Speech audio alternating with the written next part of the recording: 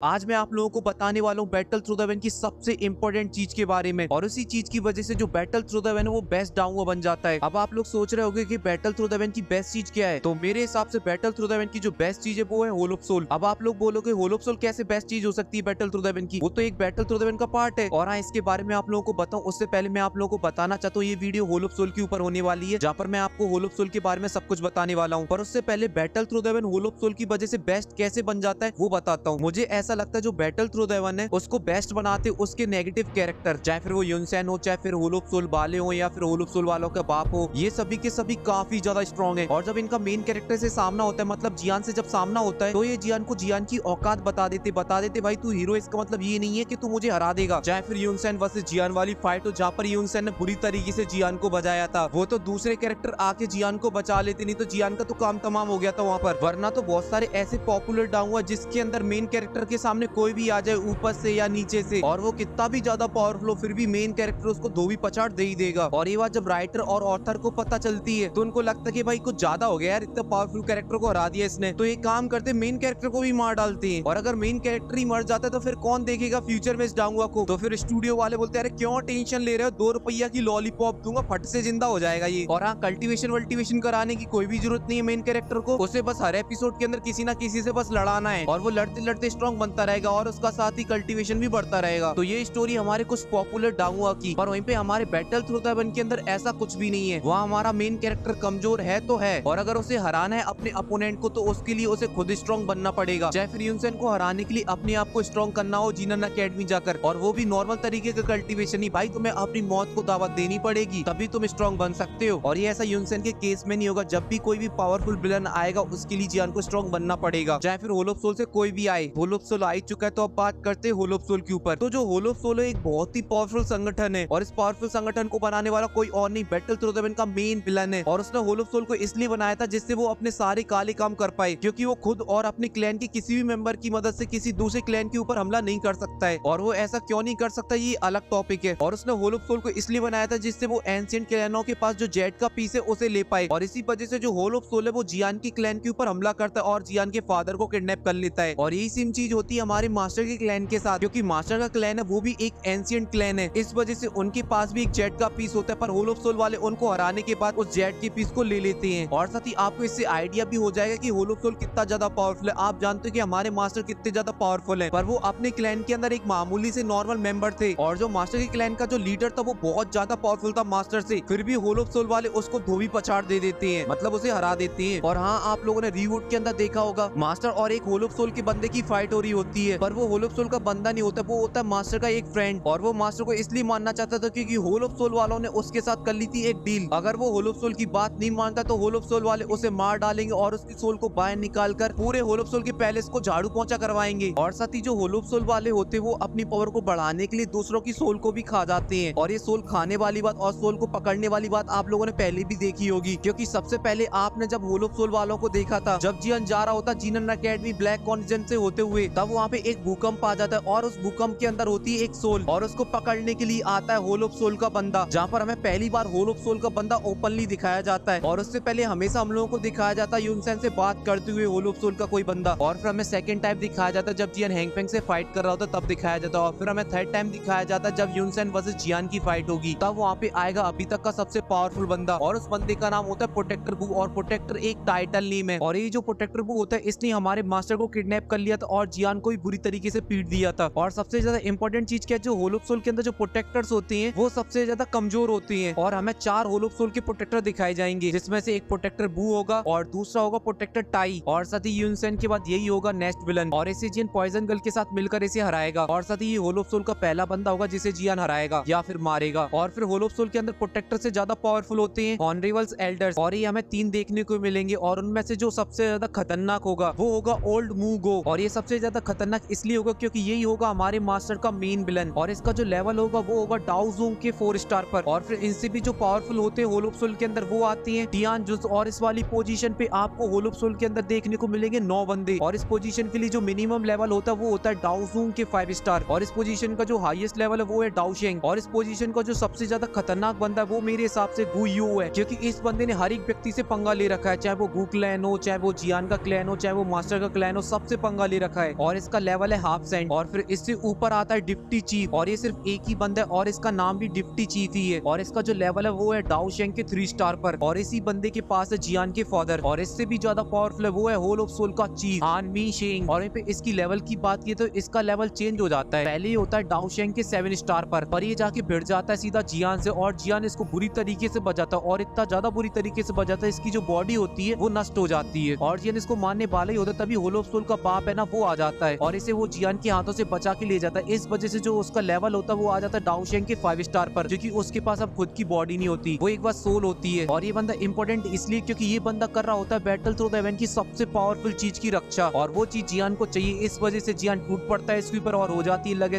तेरी। और वो चीज क्या है वो सब मैं नहीं बता रहा क्योंकि नहीं तो पूरी स्टोरी लीक हो जाएगी। और साथ ही ये भी नहीं बता रहा कि होल ऑफ सोल का बाप कौन है। और फिलहाल के लिए इस वीडियो के लिए सिर्फ इतना ही। अगर आपको ये वीडियो पसंद आई तो प्लीज वीडियो को जरूर लाइक करें क्योंकि इस तरीके की वीडियो बनाने में काफी ज्यादा मेहनत लगती है। और साथ ही कमेंट में भी बता सकते हैं कि आप लोगों को ये वीडियो कैसी लगी और अगर आप लोगों को फ्यूचर में इस तरीके की और वीडियो चाहिए तो आप लोग वो भी मुझे कमेंट में बता सकते हो। और साथ ही आप लोगों ने अभी तक चैनल को सब्सक्राइब नहीं किया तो प्लीज कर लो और मैं मिलता हूँ आपसे नेक्स्ट वीडियो में, तब तक के लिए बाय।